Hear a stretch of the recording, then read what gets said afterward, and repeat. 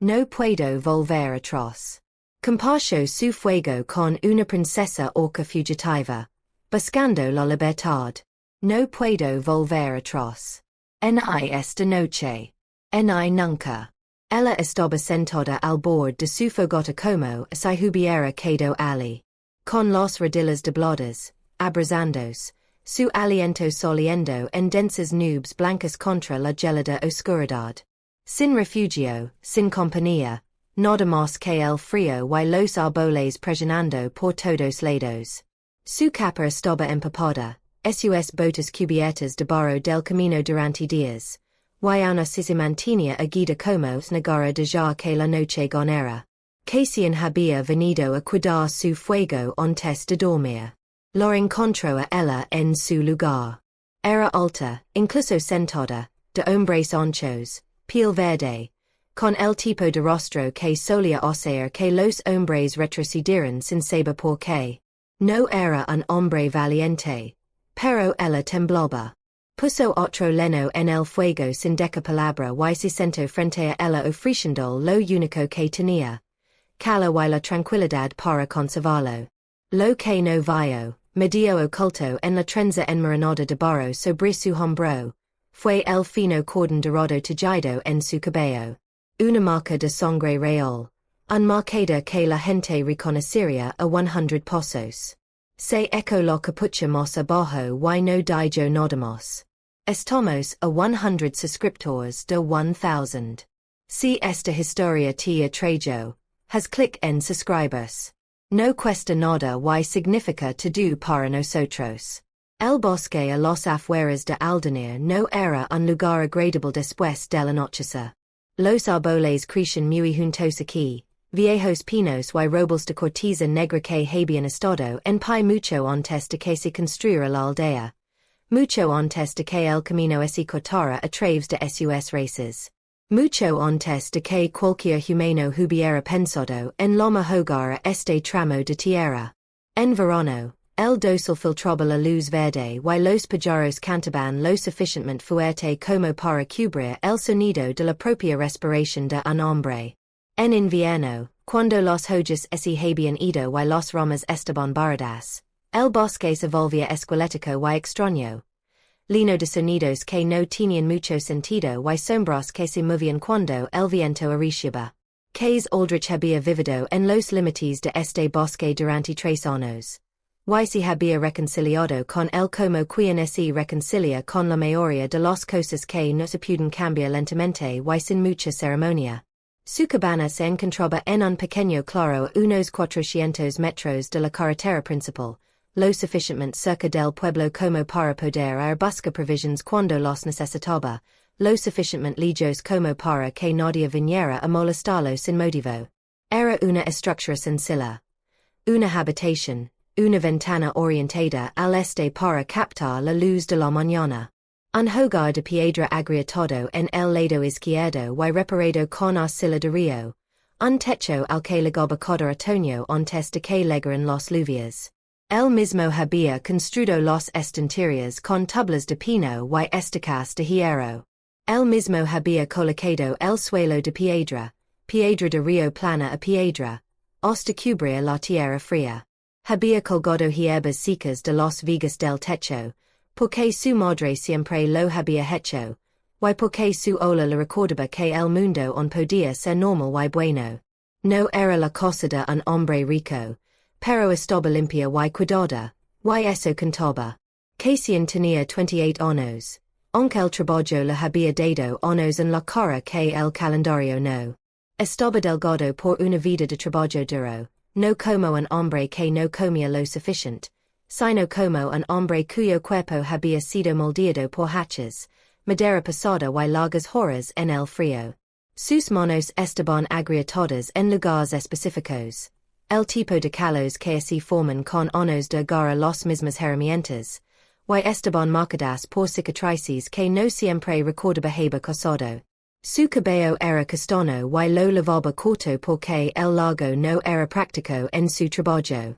Sus ojos eran de un verde grisáceo, el color del río en invierno, y tenían la cualidad de una persona que había aprendido a observar antes de hablar. Era Lenida, lo había sido desde los 19 años, cuando el hombre que lo enseñó el oficio felicio de una enfermedad pulmonar, dejando el hacha, la carretilla y una franja de bosque con permiso del señor del pueblo para la madera dentro de los límites marcados. No era un trabajo glamoroso. No era el tipo de trabajo que hacía que los hombres te respetaran en la taberna y que las mujeres te miraran dos veces el peso. Era el tipo de trabajo que te dejaba reducido a lo esencial, despojándote de toda pretensión y dejándote con la cruda realidad de tu esencia. De lo que San Aldrich estaba hecho principalmente era de terquedad y una profunda y silenciosa sensación de que todo ser vivo merecía ser tratado con cierta decencia. Eso era todo. Eso era suficiente. Había encendido la chimenea al aire libre esa noche porque la chimenea humaba mucho con la lluvia. Y la lluvia de ese mismo día había empapado la piedra y hacía que toda la cabana oliera a pozo. Era mejor cocina al aire libre en noches como esta, agachado sobre el pequeño círculo de piedras que había construido a 9 metros de la puerta de la cabana, en el espacio despejado entre la copa del árbol y la pila de lina. Había estado calentando una olla de cebada y setas secas, su cena por tercera noche consecutiva, y sin pensar en nada en particular cuando oyó el sonido. No era un sonido de peligro. Exactamente. No era el crujido de una rama en el conto de l'alma de un pájaro nocturno. Era más silencioso que eso. Era el sonido de una respiración controlada. Alguien que se esforzaba mucho por respirar tranquilamente sin conseguirlo. Levantó la linterna y se giró. Y allí estaba ella. Estaba sentada con la espalda apoyada en el pino más alejado, justo dentro de la sombra de la copa del árbol, tan quieta que podría haber caminado a menos de un metro y medio de ella sin verla si la luz de la linterna no hubiera captado el pálido brillo de sus ojos. Ella lo había estado observando. Lo había estado observando durante un tiempo. Se dio cuenta lo suficiente como para formarse una opinión. O al menos para decidir que probablemente no representaba una amenaza inmediata. Era una orca. Lo supo al instante. Era inconfundible la piel verde grisácea, la mandíbula ancha, los colmillos que se curvaban desde el labio inferior, romos y pesados. Había visto orcos 2 veces en su vida. Los dos en el mercado de la ciudad, cuando acompañó a un maderero a cargar una carreta. En ambas ocasiones mantuvo las distancias, como la mayoría, como uno mantiene alejado de cualquier cosa más grande que uno y que parezca capaz de desmantelar sin mucho esfuerzo. Pero aquellos orcos habían sido comerciantes con mochilas a la espalda y monedas en el cinturón. Y nada particularmente amenazante en ellos más allá de su tamaño. Este era diferente. Vestía lo que una vez fue una capa muy fina. Podía ver que, incluso a través del barro y la humedad, el tejido era demasiado apretado, el color demasiado intenso bajo la suciedad, y el daño no era propio del viaje. El desgarro en el hombro era un desgarrón, afilado, de esos que se hacen cuando algo se engancha y tira. Las botas eran gruesas, sólidas y bien hechas, y ella temblaba. Eso era lo que lo conmovía. No la calidad de su ropa ni la agudeza de su mirada. El temblar intentaba disimularlo, con la mandíbula apretada, los hombres deliberadamente quietos, pero con las manos apretadas alrededor de sus propios brazos, temblaba de un frío que se le había metido en los huesos. Lo miró un largo instante. Ella le devolvió la mirada, no miedo, sino con la atenta vigilancia. Complicaciones políticas y el bosque más deshabitado. Se había movido con rapidez y cuidado, evitando los caminos principales, comiendo de su mochila y luego de lo que encontraba.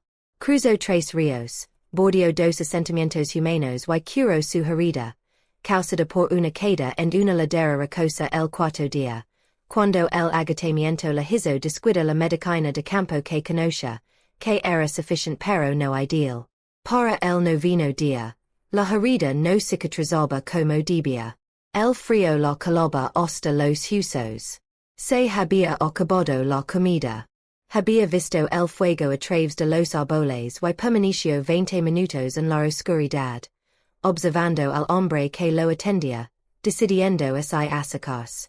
Había crecido escuchando que los humanos eran pequeños, débiles y poco fiables, buenos para el comercio y poco más. La evaluación que los orcos hacían de los humanos no era tan cruel como despectiva. Eran frágiles. Eran emotionals.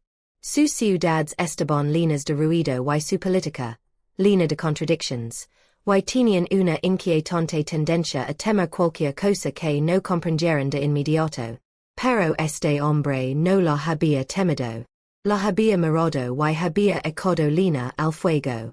No sabía qué hacer con eso. Se acercó al fuego. Comió la sopa de cebada y champiñones, humilde y cálida, nada que ver con lo que estaba acostumbrada, y de alguna manera justo lo que necesitaba. Se envolvió en una manta de lana que olía a resina de pino, con el peculiar olor doméstico de una casa donde alguien cocinaba y vivía, y cuidaba sus cosas. Se sentó frente al hombre que le había dado estas cosas sin preguntar nada, y pensó: no entiendo esto. Iba a tener que empezar a entenderlo porque no tenía otro sitio a donde ir. Él ludó la cabana, no con esas palabras. No dijo nada tan directo. A la mañana siguiente, simplemente vivo el fuego exterior y hizo un gesto hacia la puerta, y al ver que ella no se movía de inmediato, entró y la dejó abierta tras él. Ella lo siguió porque sus costillas le dejaban claro que dormir en el suelo frío una noche más no era algo que pudiera hacer sin consecuencias. La cabana era pequeña desde cualquier punto de vista. Para ella era extremadamente pequeña. Tuvo que pasar de lado por la puerta y agacharse bajo el dintel. Una vez dentro, había quizás medio metro de espacio libre sobre su cabeza y mantenía completamente erguida, lo cual no hizo. Se agachó con la postura automática de alguien acostumbrado a la arquitectura a escala humana, aunque era evidente que no había estado en muchos edificios humanos. Observó la única habitación, las estanterías con hierbas secas, el suelo de piedra, la chimenea agrietada con su parche de arcilla, la estrecha cama contra la pared del fondo con el fino colchón y la única manta que cuidaba. También notó la mesa con dos sillas. Aunque vivía solo, había sacado la segunda silla y la había colocado cerca del fuego, y luego se ocupó de la tetera, dando el tiempo para orientarse. Se sentó. La silla crujió, pero aguantó. Revisaría las juntas más tarde y refusaría dos potas discretamente, sin llamar la atención. Lo descubrió semanas después y no supo qué hacer con la sensación que le produjo. Su nombre, supo, era Case. Lo supo cuando se tocó el pecho y lo dijo simple y directamente. El método de presentación humano. Primero el nombre, luego el contexto. Lo repitió con cuidado, como lo repetía todo, grabándolo en la memoria con la seriedad con la que trataba cualquier información que pudiera importar. Lo dio su nombre cambió, solo Veresa. Nada después.